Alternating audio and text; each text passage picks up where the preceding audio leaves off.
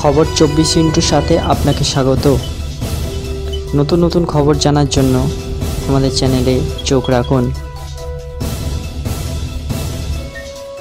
একটা ভুল সিদ্ধান্ত আর তার চরম মাসুল দিতে হলো দক্ষিণ কোরিয়ার পদচ্যুত প্রেসিডেন্টকে।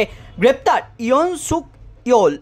মার্শাল ল ঘোষণার জন্য তাকে গ্রেপ্তার করা হয়েছে।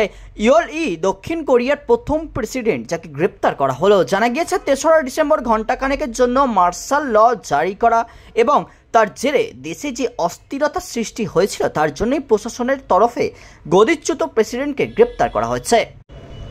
রিপোর্ট অনুযায়ী পুলিশ ও তদন্তকারীরা ইয়ন সুক ইয়োলকে গ্রেপ্তার করেছে। সেন্ট্রাল সিওলে তার বাড়িতে অ্যারেস্ট ওয়ারেন্ট নিয়ে আসে। তাকে কনভয় করে নিয়ে যাওয়া হয়। গ্রেপ্তারি রুখতে হাজার হাজার সমর্থক তার বাড়ির বাইরে দাঁড়িয়েছিল। তাদের সরিয়ে ৩,০০০ পুলিশ নিয়ে বাড়িতে ঢোকে তদন্তকারী এবং ইয়োলকে গ্রেপ্তার করে।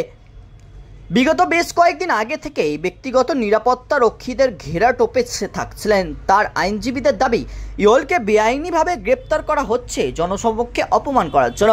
বুধবারই ইয়োলের আইনজীবী জানান তদন্তকারীদের সঙ্গে কথা বলতে রাজি, তিনি নিজেই হাজিরা দেবেন। এর আগে গত ৩রা জানুয়ারি গদিচ্যুত প্রেসিডেন্টকে ইয়োলকেই গ্রেপ্তার করার চেষ্টা করা হয়েছিল। ঘণ্টাখানেক টানাপোড়েনের পর তদন্তকারীদের খালি হাতেই ফিরতে হয়।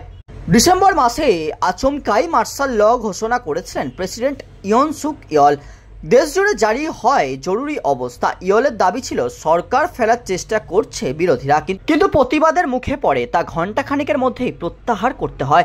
রাজনৈতিক উথাল পাতালের মধ্যে 14ই ডিসেম্বর তাকে ক্ষমতাচ্যুত করা হয়। রিপোর্ট খবর 24/7।